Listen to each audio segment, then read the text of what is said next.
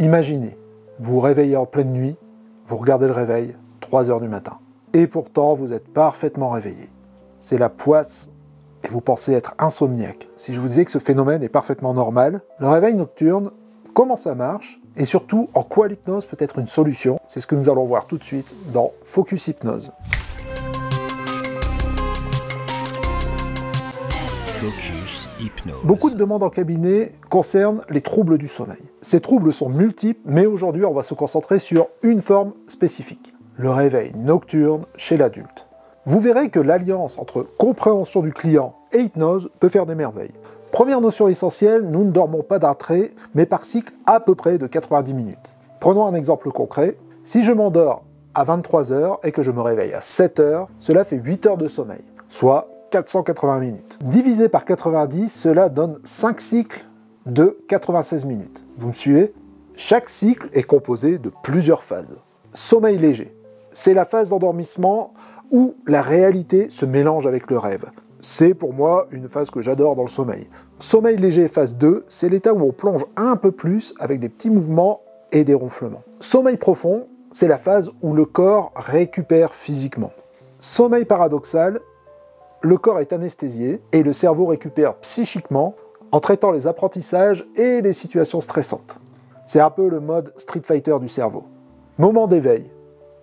Si tout va bien, on ne s'en rend pas compte et le cerveau enchaîne avec un nouveau cycle.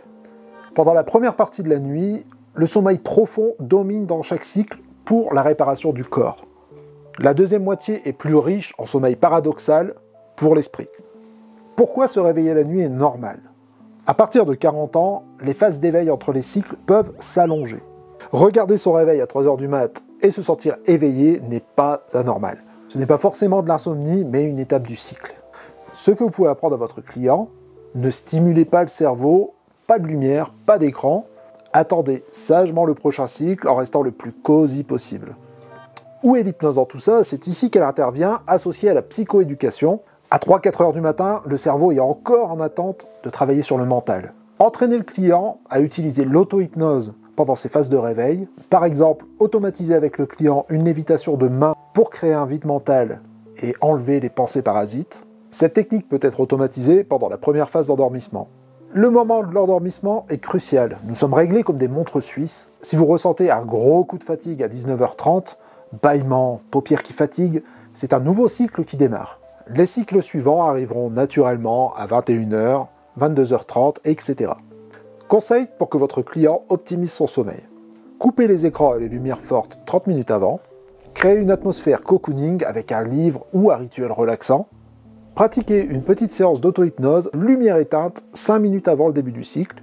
Le réveil nocturne n'est pas une fatalité, encore moins une insomnie. Avec une bonne compréhension des cycles et les outils de l'hypnose, vous pouvez aider votre client à retrouver un sommeil réparateur. Merci d'avoir suivi cet épisode, je suis Jérémy Collier. Si vous avez des questions ou des retours, n'hésitez pas à les laisser en commentaire. Et n'oubliez pas de vous abonner pour ne pas rater les prochains épisodes de Focus Hypnose. Focus Hypnose.